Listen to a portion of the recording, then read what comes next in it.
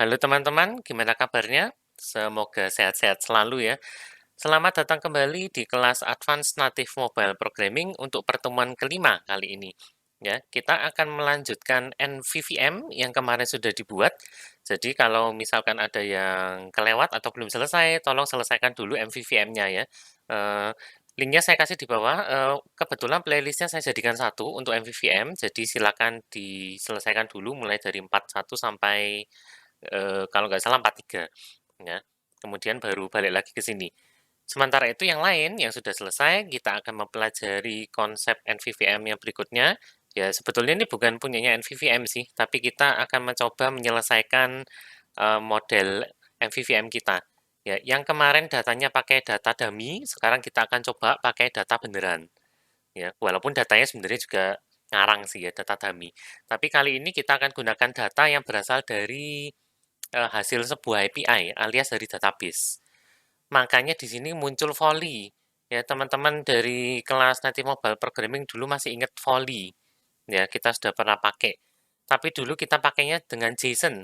Ya, sekarang ini dipasangkan dengan saya jujur aja nggak tahu caranya baca. Ya, JSON, JSON, eh, JSON, mungkin kita pakai JSON aja ya, supaya sama dengan JSON. Ya, kalau yang kapan hari kan pakai JSON, ini sekarang kita pakai JSON. Ya, ini sebetulnya Google JSON lah istilahnya.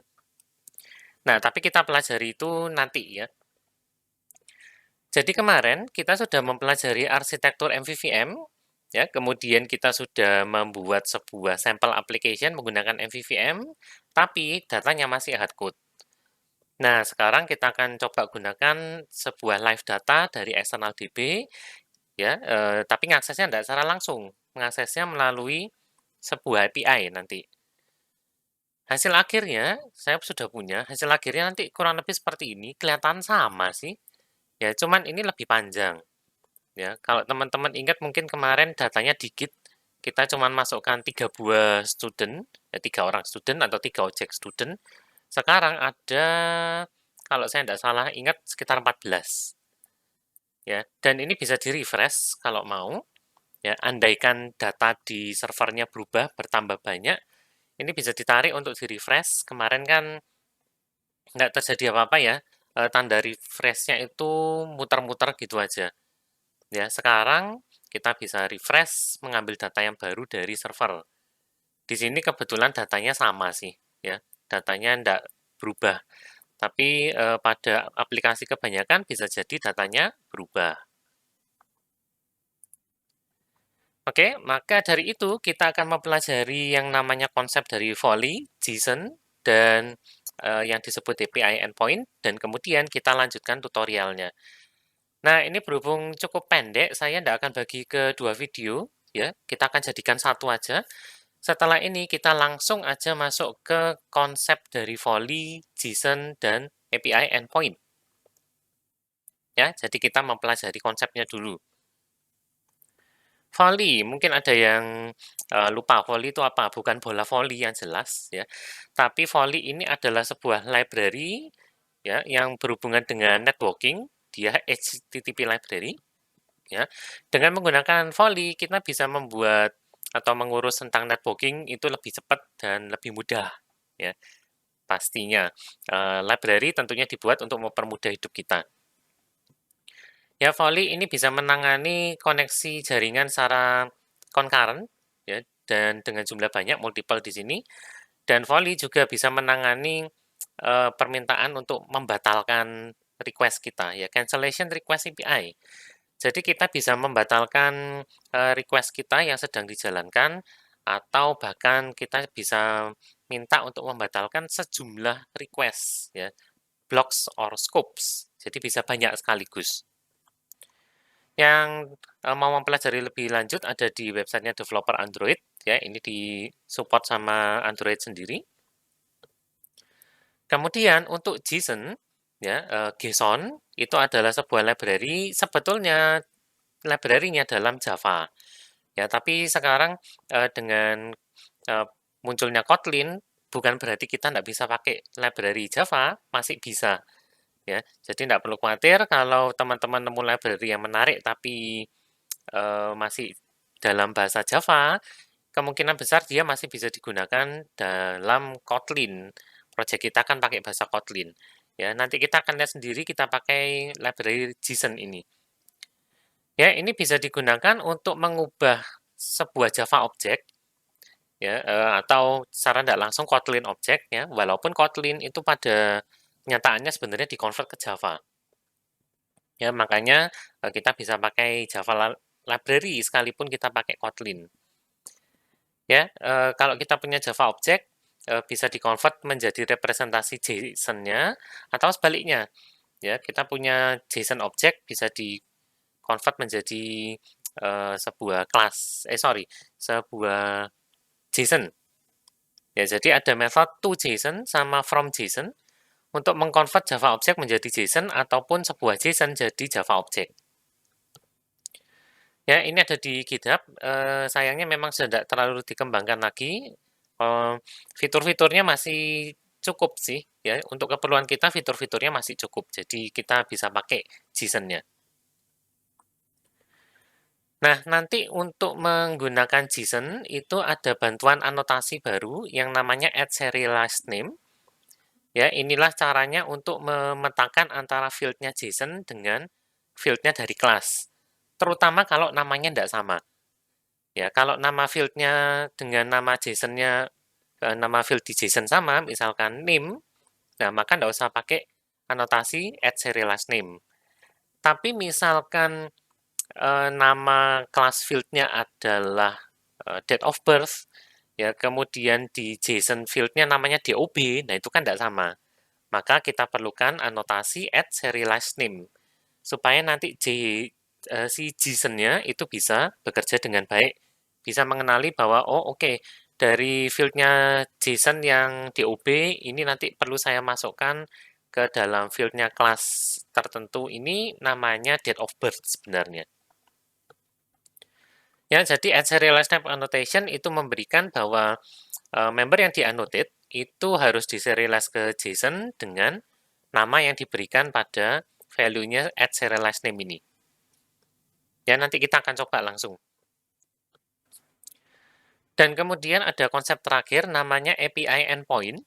Ya, endpoint sesuai namanya itu adalah sebuah titik akhir dari suatu channel komunikasi. Ya, jadi sebuah endpoint itu intinya adalah titik terakhir dari suatu komunikasinya yang ada di server sebelum akhirnya dia bisa berinteraksi atau mengirimkan data atau menerima request terus mengirimkan kembali ke server. Ya, itu intinya endpoint. Jadi sebuah endpoint ini bisa mengandung URL dari sebuah server atau service. Ya, setiap endpoint ini adalah suatu lokasi dari API tertentu yang akhirnya nanti bisa mengakses resource yang dibutuhkan dari server supaya mereka bisa menjalankan fungsi-fungsinya. Ya, jadi bayangkan aja ini adalah titik terakhir sebelum dia mengirimkan data balik ke klien atau menerima data dari klien, kemudian mencari resource yang dibutuhkan dari server untuk bisa diproses. Ya, ini intinya cuma sebuah titik akhir gitu aja. Nah, itu tadi beberapa konsepnya, ya. Sekarang kita langsung aja masuk ke aplikasi kita. Saya akan buka aplikasi yang minggu kemarin ya, ini yang sudah jadi. Saya akan buka dulu. Kemarin ADV Week 4 harusnya. Ya, sambil nunggu ini loading. Ya, jadi tujuan dari tutorial kita kali ini adalah mengimplementasikan library-nya Volley untuk menggantikan hardcode. Ya, ada data yang kita hardcode kemarin. Terus menggunakan JSON untuk memetakan antara JSON dengan data kelas kita dengan mudah. Ya, dan terakhir kita akan mengimplementasikan si refresh layout-nya itu. Action-nya kemarin kan belum. Ya, satu persatu dulu. Sebelum menambahkan volley, kita tambahkan permission dulu, karena volley itu membutuhkan internet. Ya, jadi silakan buka manifestnya, lalu tambahkan di sini uses permission. Permission name-nya adalah internet.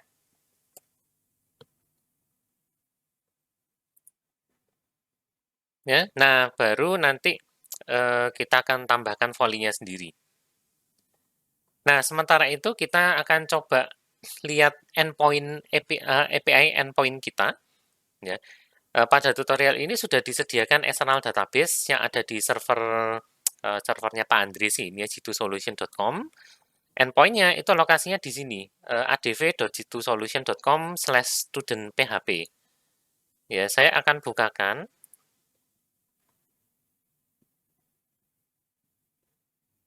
adv.g2solution.com/student.php. Ya, ini sudah disediakan beberapa data dummy, ya, teman-teman bisa lihat lebih banyak hasilnya. Nah, kalau mau membaca ini secara lebih baik, ya, kita buka aja di JSON Viewer, ya, jsonviewer.stack.hu, jsonviewer.stack.hu. Saya akan kopas teks ini ke sini. Ya, kemudian kita akan lihat di sini ternyata ada 15 data dari 0 sampai 14 dan masing-masing punya field ID, student name, birth of date. Nah, ini namanya beda ya. Kalau teman-teman ingat kemarin di model ya, nama fieldnya adalah DOB. Di sini ternyata pada JSON itu nama fieldnya adalah birth of date. Ya, ini keliru bahasa Inggrisnya ya, mestinya date of birth, tapi tidak apa-apa lah. Sekalian mengilustrasikan bahwa nama field itu bisa beda dengan nama fieldnya JSON ya, bisa berbeda dengan nama field di kelas. Terus ada phone, ada foto URL juga. Ya, jadi strukturnya rada mirip dengan fieldnya, tapi ada yang berbeda. Ya, kemarin kelasnya adalah ID, name, DOB, bukan BOD, terus phone, dan foto URL tanpa underscore. Maka nanti kita butuh anotasinya. Nah, tapi sebelum ke sana masih perlu ada sesuatu yang kita lakukan di Android Manifest, ya, terutama terkait clear text traffic. Ya, kalau teman-teman perhatikan di sini URL-nya insecure, ya, not secure, karena pakai HTTP. Sehingga ini ada ketentuan mulai Android 8, Android Oreo, ya, dia melarang koneksi HTTPS. Bukan HTTPS, dia melarang koneksi HTTP. HTTP, koneksi HTTP itu dianggap clear text, ya, transmisi clear text, yaitu clear text itu adalah informasi yang ditransmit atau disimpan, tapi bentuknya adalah teks polos, tidak dienkrip. Ya, HTTP kan tidak ada enkripsinya. Nah, mulai Android Oreo, transmisi seperti itu dilarang, ya, dianggap ilegal, dan kita akan dapat sebuah exception nanti.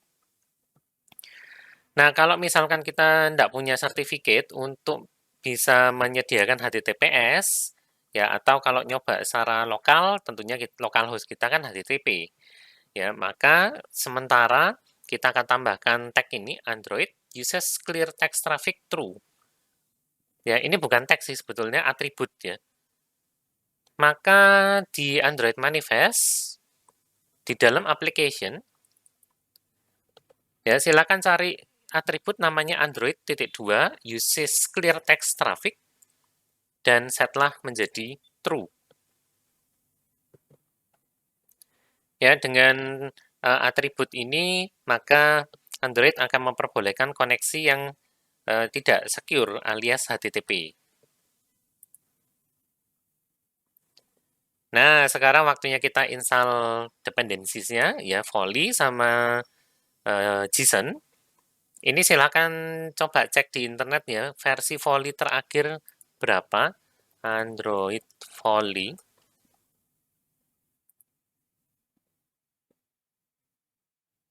instalasi dependensi. Di sini satu, kayaknya nggak diupdate ini. Ya, kita langsung aja ke build Gradle yang modul app ya. Lalu di dependencies, kita tambahkan implementation baru. Implementation Volley itu kebetulan ada autocomplete-nya, ya. Com Android Volley dan ternyata versi terbarunya 1.21. Jadi ini diturutin aja. Sementara itu, untuk implementation yang satunya, punyanya JSON, itu kita harus ngecek sendiri sih versi terbarunya berapa. Ya di sini ya GitHub Google/Google/JSON. github.com/google/json.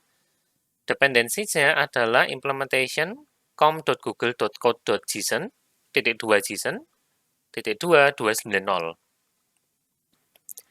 Ya, teman-teman bisa kopas dari sana, mau ngetik sendiri ya boleh, tapi ngetik sendiri hati-hati, jangan sampai salah. com.google.code.json .2 json .2.2.9.0. Ya, kalau takut salah, mending googling aja JSON terus kopas dari sini ya, implementation com.google.code.json .2 json .2290. Lalu jangan lupa sync now karena kita mau install 2 buah library yang berbeda ya. Yang satunya Volley, satunya JSON. Tapi ini teman-teman harus connect ke internet ya. Kalau sudah ada yang pernah install Volley mungkin akan nyari di cache, tapi untuk JSON mungkin belum pernah semua. Jadi silakan connect internet dulu. Ya, saya kebetulan sudah pernah implement JSON, makanya cepat. Tapi kalau belum, ya ditunggu aja sampai instalasinya selesai, ya downloadnya selesai. Nah, kalau Volley dan JSON-nya sudah terinstall, sekarang kita akan gunakan Volley-nya. Ya, silakan pergi ke list view model. List view model, nah ini dia. Kemudian kita akan menambahkan 2 buah variabel alias 2 buah field. Yang pertama adalah sebuah file tag ya diberi string volley tag.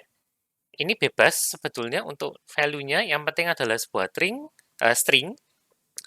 Ya, kemudian untuk variabelnya sendiri, variabel tag ini nanti akan digunakan ketika kita mau membatalkan volley request. Ya, setelah membatalkan nanti semua yang ada di metodenya refresh itu bisa dihapus atau dibebaskan dari memori. Kemudian untuk queue-nya sendiri ini adalah ya sebuah queue biasa. Ya, kita bikin private var queue. Kemudian jenisnya adalah request queue nullable. Jangan lupa di-assign atau diinisialisasi null dulu. Ya, bikin aja file tag sama dengan string apapun, volley tag misalkan. Lalu private var, ya var aja karena nanti kita mau bikin. Jenisnya adalah request queue, tapi nullable. Dan kita inisialisasi null duluan.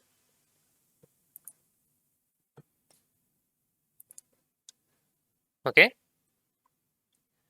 Kemudian di method refresh, ya atau di functionnya refresh, kita bikin loading progress live datanya jadi true, errornya kita false-kan dulu. Ya, jadi ini sekarang kita pindahkan ke atas, atau gini aja, ini di komen dulu, ya karena ini adalah data dummy, kita sudah tidak pakai, silakan di komen.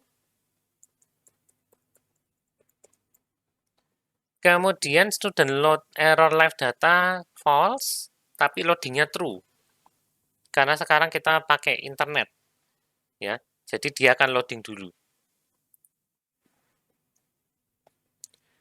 Oke, kemudian untuk inisialisasi volley, Ya, seperti biasa sih ini kita bikin request queue baru. Queue sama dengan new volley. Sorry kok new. Volley dot new request queue. Nah, permasalahannya adalah di sini dia minta konteks. Ya, kalau kita ketikkan konteks, nggak nemu pasti. Ya, adanya coroutine konteks apa ini? Ya, bukan konteks yang biasanya ini. Ya, jadi kita akan kena error, tapi bawahnya tulis dulu aja ya, file URL adalah URL ke endpoint API-nya tadi, ya, API endpoint, sorry, ya, jangan dibalik ya, artinya beda. Oke, konteksnya kita kosongkan dulu, walaupun ini akan error. File URL sama dengan http adv-solution.com/student.php.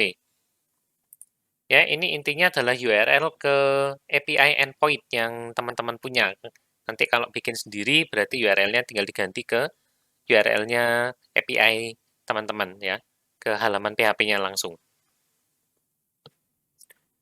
Nah, untuk membetulkan error konteksnya, ya, itu untungnya ada sebuah subset dari kelas ViewModel, namanya Android ViewModel, dan di dalamnya sini dia punya akses ke objek konteks. Nah, maka kita akan ganti kelas turunannya dari list ViewModel. Ya, tadinya ViewModel, silakan diganti menjadi Android ViewModel. Ya, kemudian dia akan error karena minta parameter. Ya, application, kemudian Android View modelnya dia minta application juga. Itu teman-teman nggak perlu ngetikkan manual, ya. Si Android Studio ini bisa betulkan untuk kita. Ya, add constructor parameter application. Nah, langsung ditambahkan ya kelas konstruktornya ya. Jadi kelas list view model application titik 2 Android view model dalam kurung application, sama persis kayak di slide ya, jadi nggak usah ngetik manual nih. Oke, nah untuk mengakses konteksnya kita pakai sebuah method namanya get application. Ya, sayangnya kali ini nggak ada getternya, dia dibiarkan get application, tapi ya sudahlah, ikut aja. Nah, errornya untuk new request queue jadi hilang. Kita bisa lanjut ya dengan membuat sebuah string request. Teman-teman mudah-mudahan masih ingat ya tentang string request. Jadi kita bikin sebuah string request karena hasil akhirnya adalah string ya, terus bisa request metodenya biarkan get dengan URL ini, kemudian ini kalau berhasil dan ini kalau error ya. Oke, mari kita buat di bawah. File string request, bukan string request queue, sama dengan string request dalam kurung, saya akan enter ke bawah aja. Request, nah ini requestnya banyak, hati-hati, pilihlah yang request T dari com Android Volley, terus method dot get aja. Ya, kemudian variabel keduanya adalah URL, bukan variabel, dengan parameter ya. Parameter ketiga adalah listenernya kalau tidak error, ya kalau berhasil response. Kemudian listener berikutnya itu adalah kalau error. Saya bikin gini aja. Ya, kalau dia mengembalikan respons tertentu ngapain? Ya, loadingnya kita false kan. Kemudian sementara di log D dulu. Ya, loading live data berarti ini sudah selesai, maka kita false kan. Lalu sementara kita log D, show volley dengan it. Ya, kalau error yang kita lakukan adalah loading ld.value sama dengan false. Kita pakai live data ya kemarin ya, nggak apa-apa. Kemudian student slot error live data ini value-nya jadi true sekarang, karena ada error memang. Ya, kemudian di logd juga, kalau mau bisa pakai warning atau error, tapi saya akan pakai logd aja, error volley it dot to string.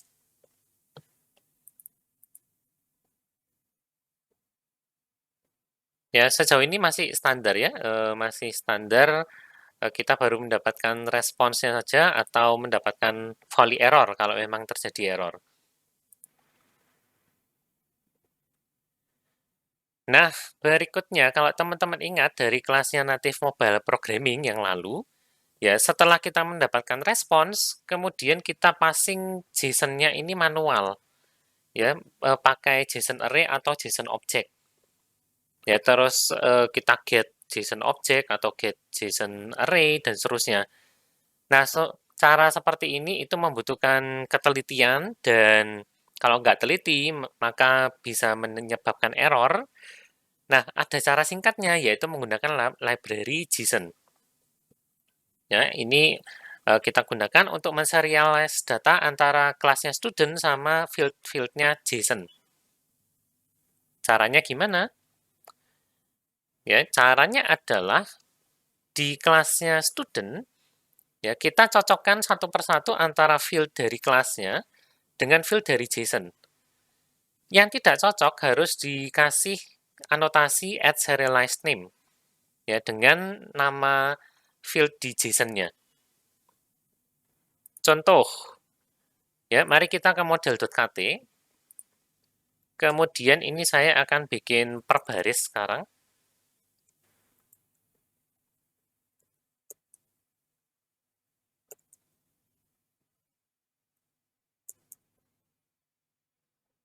Ya, terus kita cocokkan ID dipetakan ke salah, sini aja.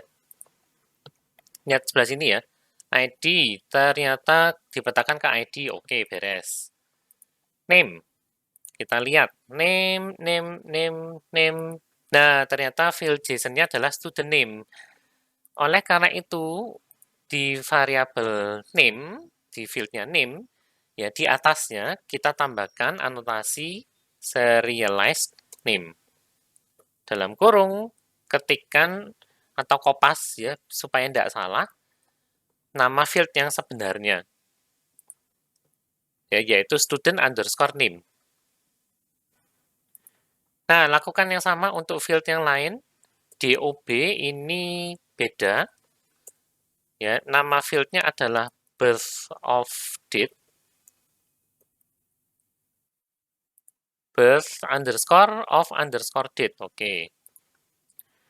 Lalu phone. Phone itu tetap phone.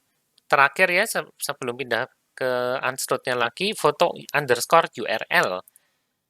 Loh, beda foto URL. Oke, maka ini kita annotate juga serialized name. Value-nya adalah foto underscore URL. Nah, kita sudah memetakan satu persatu semua field-nya dari data kelas ini sudah disesuaikan atau dipetakan ke masing-masing field di JSON. Langkah berikutnya, kita akan bikin si JSON-nya sendiri. Ya, yang pertama kita perlu mengambil type token ya, yang disebut type token itu digunakan untuk mengambil jenis objeknya ya dari list of student itu. Ya, kita punyanya kemarin array list kayaknya. Oke, sebentar. Di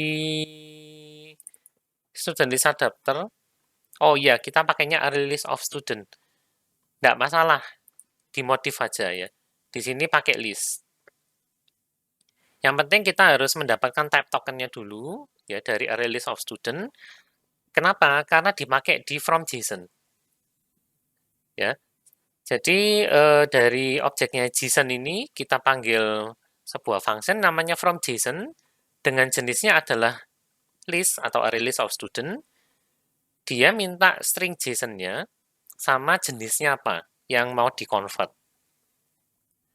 Ya, jadi function from JSON ini akan convert JSON string-nya langsung jadi list of student. Ya, ringkas banget, cuman 2 baris. Kalau teman-teman menggunakan teknik JSON array dan JSON object itu panjang pasti. Ada loop-nya juga kan, masih ingat ya? Semoga. Nah, kita akan coba menggunakan JSON. Setelah itu, students live datanya tinggal di-assign ke result, dan loading value-nya tinggal di-false-kan, karena loading-nya sudah selesai. Ringkas banget ya, ternyata cuma 2 baris menggunakan JSON. Ya, jadi di sini kita bikin sebuah file s-type sama dengan objek titik 2 token type, kebalik, sorry, type token, jenisnya adalah array list of student, ya, kemudian kurung-kurung, kurung kurawal, buka tutup, biarkan aja, langsung chain dengan type. Ya, ini kelihatannya aneh ya formatnya, tapi memang gitu di Kotlin, nggak apa-apa. Kemudian bikin file atau var sama aja, file aja ya. Result sama dengan, result sama dengan JSON, kurung-kurung, dot, from JSON, jenisnya apa? Array list of student, parameternya apa? It dan s-type. Ya, dengan ajaibnya, si result ini akan berbentuk sebuah array list of student. Maka dari itu, kita bisa atur dia ke student live data. Ya, dia mintanya array list juga, maka tidak masalah. Students live data dot value sama dengan result. Dah, gitu aja, beres. Ya, ringkas banget ya, ternyata pakai JSON.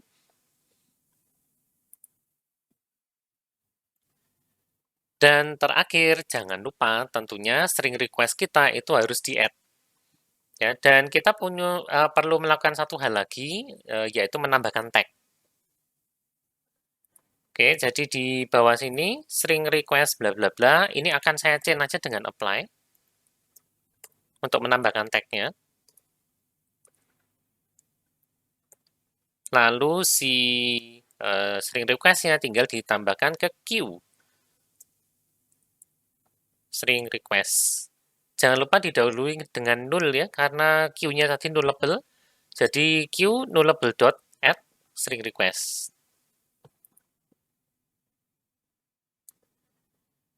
Nah, untuk menghindari permasalahan memory leak ya, kemarin kan kita sudah membahas tentang memory leak. Untuk menghindari itu, kita butuh clean up code ya untuk bersih-bersih. Ini terutama dibutuhkan kalau request-nya masih jalan, tapi observer-nya itu merasa atau tidak lagi mengobserve live datanya alias view modelnya, maka kita butuh batalkan si string request kita.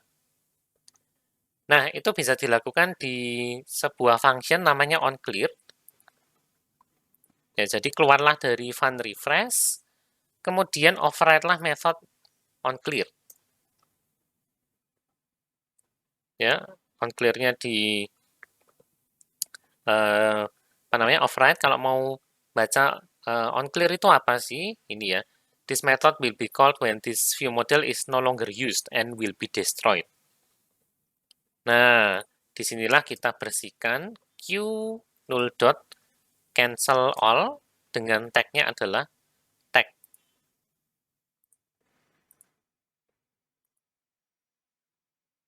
Ya, cancel all sesuai namanya, maka dia akan membatalkan semua request yang tag-nya adalah variabel atau file ya, konstanta tag ini.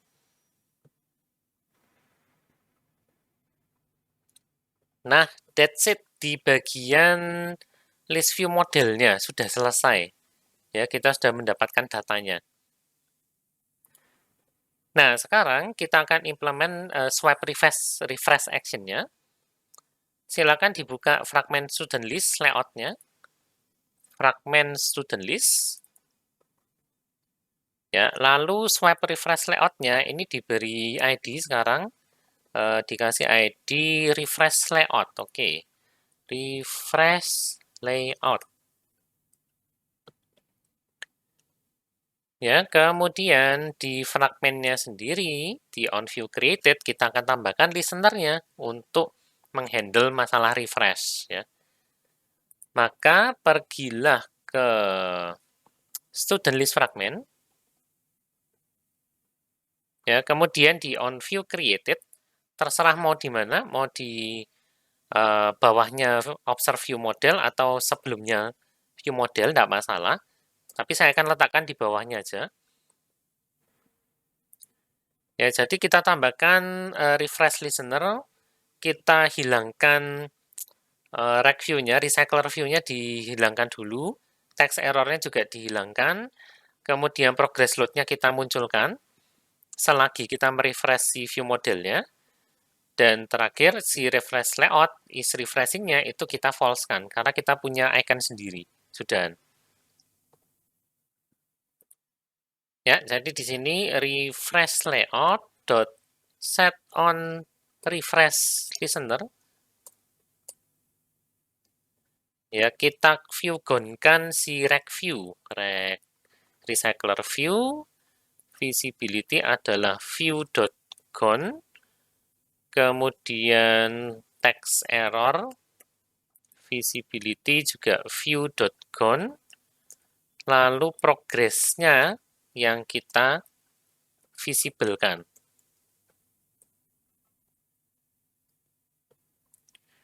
Ya, berikutnya view model refresh. Ya, makanya listener-nya saya taruh sini, walaupun nggak ngaruh sih sebetulnya. Ya, Oke, kemudian refresh layout is refreshing, kita atur aja false. Ya, supaya tidak repot-repot mengeset ini true lagi, true-nya kapan ya.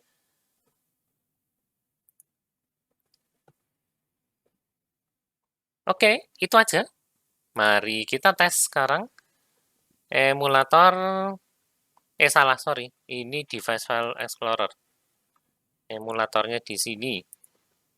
Ya, kebetulan saya sudah run emulatornya. Ini tinggal di run.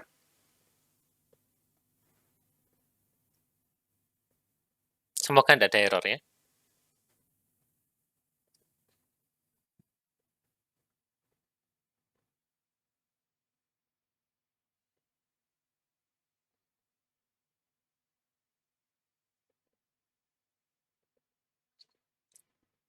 Oke, inilah hasilnya ya. Dengan ajaibnya sekarang datanya ada banyak ya, 15, dan saya tidak sengaja nge-swipe. Ya. Kalau teman-teman swipe ke atas untuk refresh, ya maka akan muncul progress bar loadingnya sebelum akhirnya datanya ke refresh. Ya, kalau teman-teman nyoba refresh dan langsung muncul, itu karena jaringan, ya jaringannya terlalu kuat. Silakan disimulasikan aja, bisa klik di sini Extended Controls, kemudian cari selular, ya terus networknya jangan di full kan, biasanya full atau 5G bahkan. Signal strength-nya kalau bisa dipurkan juga. Ya, jadi kita akan simulasikan kalau sinyalnya agak lemot itu gimana. Supaya bisa ngelihat icon refresh-nya. Ya, kalau default itu harusnya full dan ini grid. Ya, teman-teman tidak akan sempat melihat sebentar doang si icon refresh-nya. Ya, jadi silakan disimulasikan dulu pakai HSDPA. Kalau Edge kayaknya kebangetan sih. Ya. Nah, itu sendiri sudah lumayan. Kalau mau ya dipurkan sekalian supaya lebih lama. Nah, dengan demikian kita sudah berhasil mengintegrasikan Volley dan JSON untuk mengambil live data dari sebuah API endpoint. Ya, mana tadi ya, code-nya itu di list view model. Ternyata ringkas banget menggunakan JSON. Ya, kalau nggak pakai JSON kita harus baca satu persatu, yang bikin JSON array, terus read satu persatu, terus bikin apa namanya, objeknya dulu, terus baru dimasukkan ke dalam sebuah release, baru dikirim ke adapter, ribet ya. Ternyata di sini kita pakai JSON cuma 2 baris untuk mendapatkan datanya. Ya, dengan catatan teman-teman harus betul memetakan antara field-nya di data class dengan field-nya di JSON. Harus dipetakan dulu, harus sama ya. Nah, itu saja sih untuk hari ini. Ya, untuk detail silakan teman-teman implementasikan sendiri. Ya, ini kalau diklik detail, saya bahkan belum bikin homework-nya. Ya, kalau teman-teman sudah membuat homework, seharusnya detailnya akan terisi dengan data student pertama. Saya lupa namanya, si Noni. Ya, kalau diklik detail dimanapun itu semuanya akan terisi datanya si Noni. Nah, kalau yang seperti ini gimana? Kalau teman-teman kepingin misalkan diklik reach, datanya yang muncul juga punyanya reach. Nah, itu ada 2 cara. Ya, yang pertama, di sini kan ini sebenarnya sudah ada datanya. Ya kan, kita sudah narik semua, dan di adapter harusnya sudah terdeteksi itu studentnya mana. Ya, kalau mau, data studentnya ini bisa dilempar ke fragmen berikutnya dengan menggunakan argumen. Ya, jadi di navigation graph-nya nambah argumen 1, lalu data studentnya lempar ke sana, kemudian di detail fragmen tinggal dibaca. Ya, cuman berarti kita tidak melewati model dan tidak melewati view model. Ya, caranya yang betul untuk arsitektur MVVM sebetulnya harus lewat view model dulu untuk menjembatani datanya. Ya, kalau dari sini ini kalau kita kirim via bundle, mana tadi ya? Kalau dikirim via bundle berarti view-nya yang bertanggung jawab terhadap data. Ya, harusnya kan tidak begitu. Ya. Cara kedua, kita isi aja ini si fetch-nya, tapi bukan lagi dengan data dummy seperti ini. Ya. Cara ngisinya gimana? Bisa dari endpoint API, dari API endpoint yang lain. Cuman sayangnya kami tidak menyediakan sih, yang ada cuma student.php.